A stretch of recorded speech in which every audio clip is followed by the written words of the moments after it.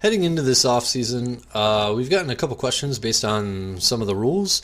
And so I'm going to go through and make a quick little video to explain Section 6.2 of the rules, which is the different contract types. We use these 4 different contract types in the MLFB: the ADC, the FAC, the WWC, and the MLC. The ADC is the auction draft contract. So this is going to be the contract that gets assigned to a player that was awarded to a team during the auction draft. It is for 2 years. Then after those 2 years, the team gets the option to either exercise an extension or to put that player back in the auction draft pool. The extension can be for a series of 1 to 5 years. A 1-year extension is going to give a little bit of an incentive to the team extending that player. This is because then after the extension, that player is automatically put into the auction draft pool again. So it's important to note that the ADC is only extendable once. So after the 2 years, when you get to that crossroads, you must decide how long you want to keep that player and evaluate the value of that player's worth to your team. 2 to 5 years, the contract increases $4 each year of the extension. So I have a example slide in a couple slides, and that example kind of shows how that works. So moving on, once the contract is extended, then it becomes an ADCX variable contract, and the variable is just the option length. The reason why I put the variable on here and change the notation of the contract a bit is to notate that it has been extended once and it cannot be extended again. Here's an example. So this is Nolan Arenado, who my team won on bid for $17. I can re-sign him for 1 year for $20, or I can give him a 2 to 5 year deal. That 2017 year, though, on a 2 to 5 year deal is $21, not $20, and then it increases $4 each year. So on a 5-year deal, his salary will be $21 for 2017, $25 for 2018, $29 for 2019, $33 for 2020, and then $37 for 2021. The 2 and the 5-year deal also have an asterisk, letting you know that in the offseason approaching those years, that each team gets the 1 free cut. So I could cut him instead of paying him $37 that last year. However, if I do cut him, then I can't cut anybody else. Also note, that is only on the last year of the contract. Another example, and a higher paid example, so an example with a little bit more gravitas, is Mike Trout. Now, he was won at auction for $53. So since he was won at $53 before, it's possible that he could get through at $53 again. Mike Trout is, however, the fantasy consensus #1 pick pretty much every year lately. So it's possible that there might be more of a market for Mike Trout in this year's auction draft than there was 2 years ago. The team that won Mike Trout at auction may want him more than any other team, and so to guarantee that, and to guarantee that they don't have to compete with others in the auction draft, they could re-sign him for the 1 to 5 years. And so you can see how the pricing breaks down for that. On the 5-year extension for Mike Trout, that would be $73 that final year. However, once again, that's the last year, and so if they option this contract for only a 1-year deal, then they have to put him back in the auction draft pool after that extension is up. So on the 5-year deal, this team gets Mike Trout for 7 years. And then once again, they could always cut him entering that 2021 year.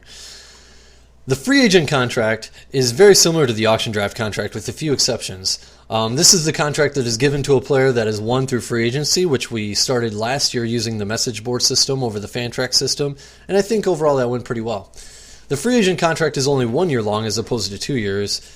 It can then be extended for the 1 to 5 years, making it a maximum of 6 years instead of the maximum of 7 years.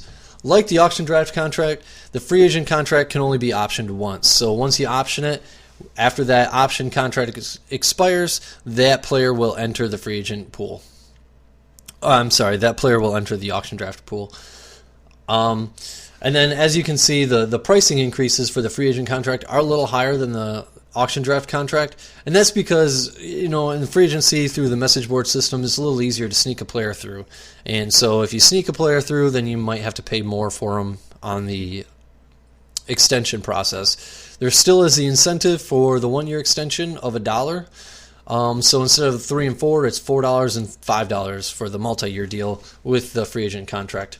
The free agent contract also gets the FACX variable contract once it's been extended. And once again, this is to notate that the contract has already been extended. So once the FACX contract expires, that player enters the auction draft pool automatically, and the team does not get an option to keep him any longer. Last year, the big prize for free agency was Gary Sanchez. A few multiple bids back and forth, and finally he ended up on a team for $12. Now, that team could keep him for 2017 for $16, or they could give him a longer-term contract. A longer-term contract is going to increase his price $5 per year. On these examples, I only show a 2 and a 5 year extension. However, you can kind of fill in the blanks for the 3 and 4. It's pretty much the 5 without the last few years onto it. So it'd be $17 for 2017, $22 for 2018, $27 for 2019, $32 for 2020, and $37 for 21. If it's only a 3-year contract, it'd be the same as the 5, except for you just wouldn't have 2020 and 2021 on there. This slide just shows the differences between the auction draft contract and the free agent contract. The free agent contract being slightly shorter and a little bit more expensive to extend. Then we get into things that are a little more different. The waiver wire contract is assigned to a player that was awarded through the waiver wire. That makes sense, right? Now, if a player is extended for 5 years and then cut in the first part of the 5 years, and a team picks them up on the waiver wire, that contract gets turned into a waiver wire contract, and no matter how many years that player was under contract after the current year, that contract is a 1-year contract only, and there is no option after it. Which means that, so you have that player for 1 year, and then once that expires, that player is entering the auction draft pool. The waiver wire contract does become half of that player's original bid price. So if they were extended, the increases don't necessarily matter because, once again, we're going off the bid price for this. As an example, we have David Price, who is our only player that we have a waiver wire contract in our history with. His original bid price was $39, so his waiver wire contract was $20. And so he's automatically going to be in the auction pool for 2017. One thing important to note here is that the waiver wire contract stuff was new to last year, and I still don't think we have it 100% right. So it's one of the things I have on the docket for the winter meetings to kind of discuss. So it's subject to change. And then finally, we have the minor league contract. This is the contract that you give to a player when you call them up to your main roster from the minor league roster. Players on your minor league roster do not have a contract and they do not get paid. They do not count against your salary cap. It's kind of, I got a couple of the rules based around what makes the minor league roster. So in order for a player to be on your minor league roster, you either had to draft him from the minor league draft in August or trade for another player who is already on a different team's minor league roster. These players do not need to be called up in the MLFB at the same time they're called up in real life. You can kind of keep them on your minor league roster the rest of the season. However, if they reach the rookie limits, then they will need to be called up in the offseason. Our rookie limits is 130 plate appearances as opposed to at-bats for the Major League Baseball and 50 innings pitched. Major League Baseball also uses service days for rookie limits. We do not because that would be really hard to maintain. The MLC is a series of 1-year deals, so that means that a player can always be cut in the offseason. If they are cut during the season, though, they will still incur a penalty. And cutting them in the offseason does not count for your free cut because you're not really cutting them. They're just entering the auction draft pool and you're choosing not to bring them back. There is no bid price on this since we do not bid. It's a normal snake draft.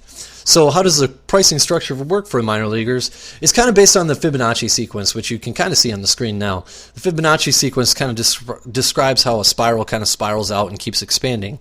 How it does that is it takes the last two numbers, adds them together, and that's the next number. So we use a modified Fibonacci, which means that we do not use the first one. So the first year a player gets called up, you'll pay them $1. The second year is 2, then 3, then 4, then 5, then 6, 7, 8, 9, so on and so forth. So the 6th year is $13, the 7th year is $21. Finally, to the 12th year is $233. That is extremely unlikely that anybody will pay somebody that much. Even the 11th year at $144 is extremely unlikely, but that also explains why we cap it at 12 and not 13, because 13 would be $377, which is over $100 over our salary cap. So you'd have to really finagle some trades to be able to keep a player for the 13th year and field enough players elsewhere in other positions to have an actual roster and an actual legal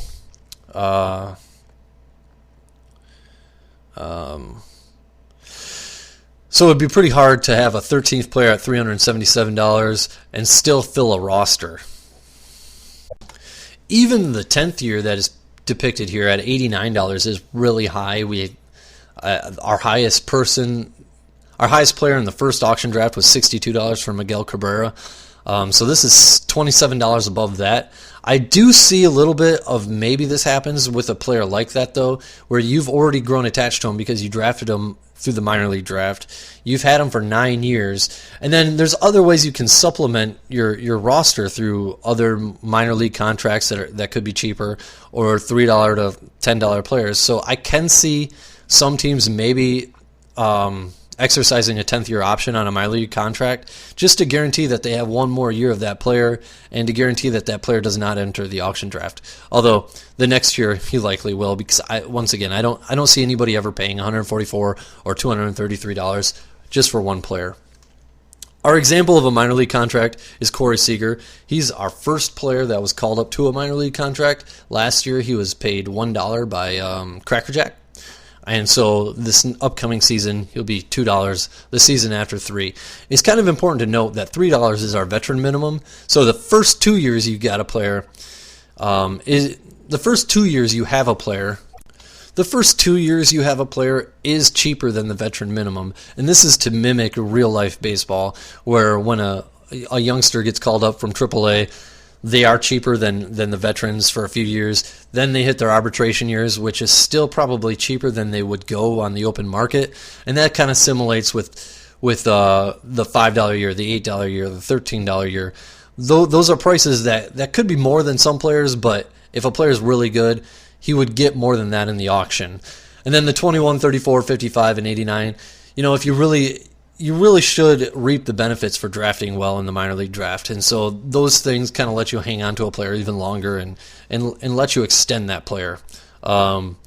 Just like if you draft well and you want to pay that player late, just like in real life, if you draft well, you get the player cheaper, then you get them through their ARB years, and you really could take them even further than that if you're willing to pay for them and pay the market value. And so that's what those prices represent.